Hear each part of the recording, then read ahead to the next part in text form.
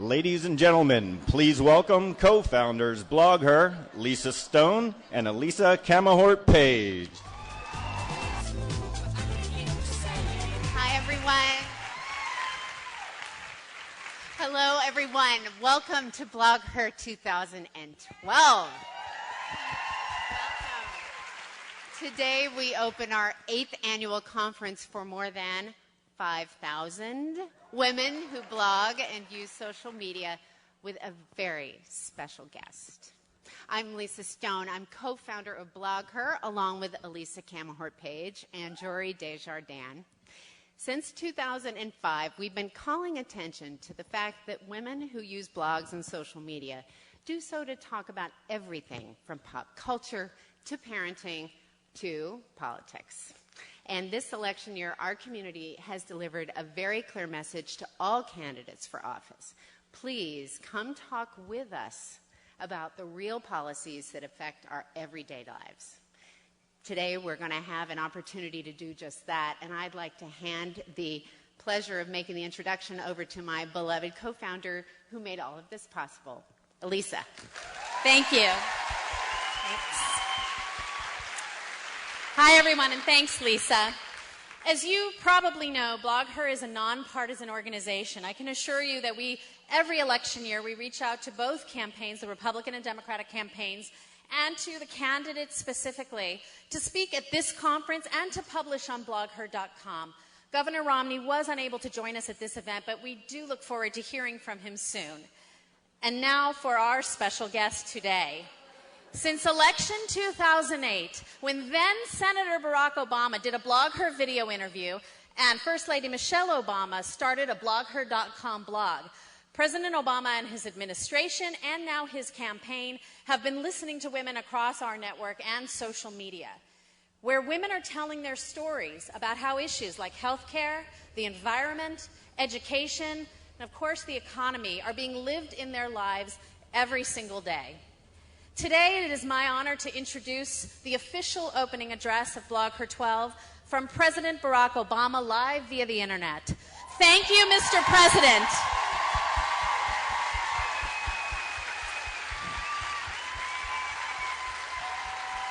Thank you, Mr. President, for the respect you are showing to voters and to this community in particular by being with us.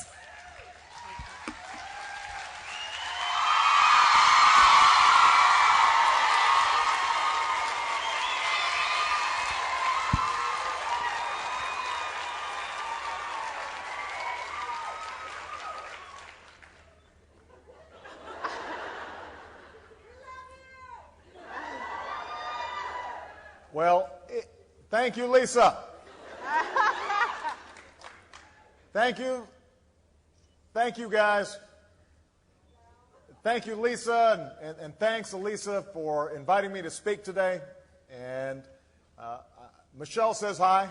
I know that at some point she'll have a chance to be with all of you. And I just want to congratulate everybody on what I hear is your biggest conference yet. You know, even though I couldn't be with you in person, I wanted to say thank you. Because like every father, I think about the role models that are out there for my daughters, and I worry about what they'll run into online, honestly. So the fact that Sasha and Malia can go to places like BlogHer and find thousands of women who are writing about subjects from health to family and food and politics and careers, it means a lot to me and it means a lot to Michelle. Now, some of you may have heard there's an election coming up, and women's issues are front and center, as they should be.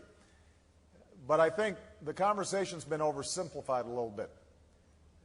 I bet anyone who spends a little time at your conference would realize pretty fast that women are not a monolithic block. You're not an interest group. You make up more than half of our country and nearly half of our workforce, not to mention 80% of my household, if you count my mother-in-law. So, for me, any discussion of the issues women face begins with my own life story and the women in my own life. There was my mom, who was a single mother who put herself through school and made sure my sister and I earned our educations too. There was my grandmother, who worked her way up from a secretary to vice president at her local bank, even though she hit a glass ceiling and watched men she once trained pass her by. When Michelle and I got married and had our girls, we were giving it our all to balance raising a family and pursuing our careers. And we wished we had a machine that would let us be two places at one time. And of course, as a father, the highlight of my day is asking my girls about their days.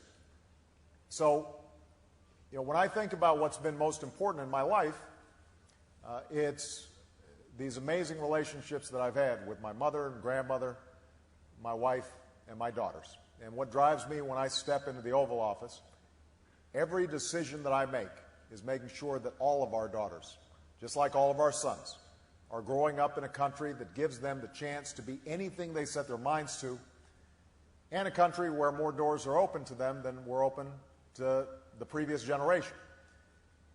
That's why the first bill I signed was the Lilly Ledbetter Fair Pay Act, to help protect your right to equal pay for equal work. Now I want to strengthen those protections.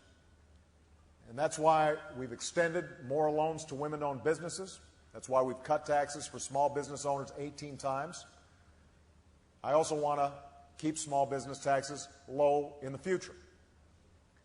That's why we've enacted education reform that's helped more than 2.3 million more young women afford to pursue higher education. And now I want to make sure even more can afford to go. And because of the new health care reform law, Obamacare, I happily accept the term. Millions of young women are going to have coverage through their parents' plans. Children with pre-existing conditions can't be denied insurance. Tens of millions of women with private insurance now have access to preventive care like mammograms and are beginning to gain access to contraception at no additional cost. And pretty soon, insurance companies will no longer be able to deny you coverage because of pre-existing conditions like cancer or pregnancy, or charge you higher premiums just for being a woman. So I'm not going to give any ground to those who would deny women their own health care choices. Behind every one of these policies is a pretty simple idea.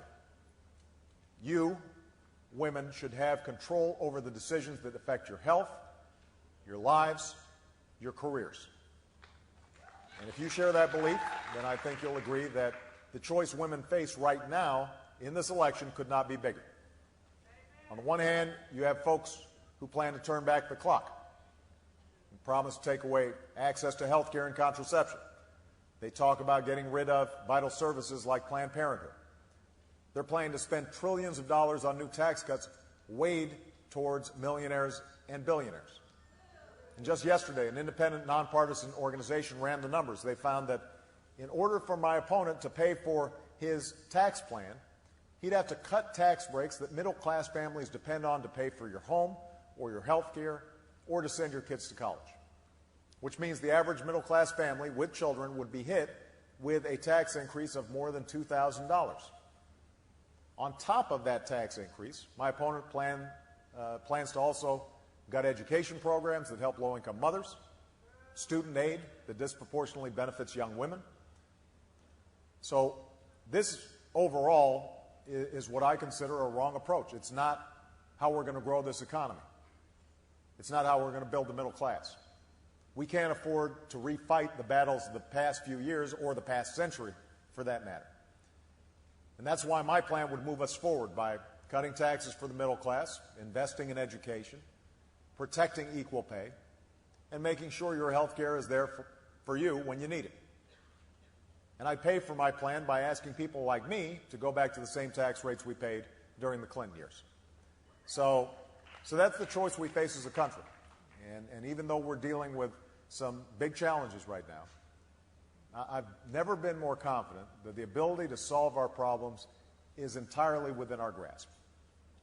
If we choose the right path, I'm absolutely confident we're going to restore the sense of economic security that ought to be at the center of American life.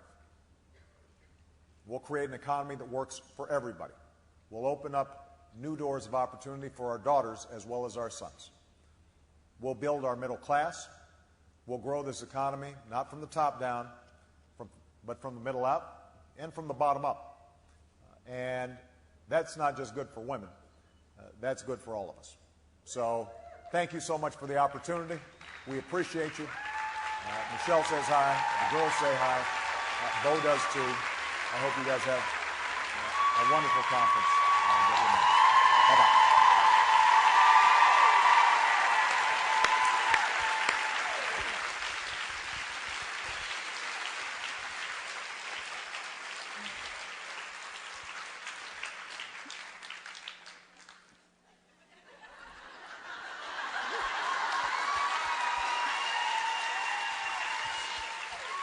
Can I tell a little story, real quick little story about how we met? We were both political bloggers in the 2004 election. I blogged it for the LA Times, and Elisa was blogging for the Santa Clara County Democratic Party, trying to teach them how to use the internet. A mutual friend of ours, a guy named Mike Early, was so overwhelmed by feedback from us on how exciting blogs were and how many women were writing blogs, and oh my gosh, you can't even believe it. Thank God I left print. Thank God I left broadcast. You know, you were going to totally change Democratic Party. He knew both of us. We didn't know each other. He got so sick of hearing us that he insisted we go on a girlfriend date. He was like, that's it, I'm done. You have to meet her, and I don't want to hear anything else because I'm tired. So I had just heard Kevin Drum at the Washington Monthly ask the question, where are the women who blog? And I was frustrated by this question because there were millions of women blogging everything from immigration to, you know, how to raise a toddler, even though my son was older than that by then. And so when we met for coffee, I was so impressed. Elisa was so articulate and so smart, just rocketing off her seat talking about the value of blogs to the political system and how it could fundamentally change the information voters could get directly from candidates. That I asked her, I'm like, I've had this crazy idea for a conference. What do you think? What do you think? And I said, I would go to that. And then I just said, we should just do that. Why don't we just do that? This is our first date, remember? And she was like, okay. And that was it. And then in about 2 weeks, when we realized how hard it is to do a big event, I was like, oh, I met this other cool woman. And she knows something about sponsorship. I'm like, let me give her a call and see if she wants to do this with us. And I called Jory, and I'm like, hey. And she's like, I'll help. And that's really how it started. So it all started with the fact that we absolutely love and care about politics and absolutely love and care about every single voter's voice and access to the candidate. And so we just want to thank you for helping us make history, because I don't think that President O is speaking at another conference of bloggers this year that I'm aware of.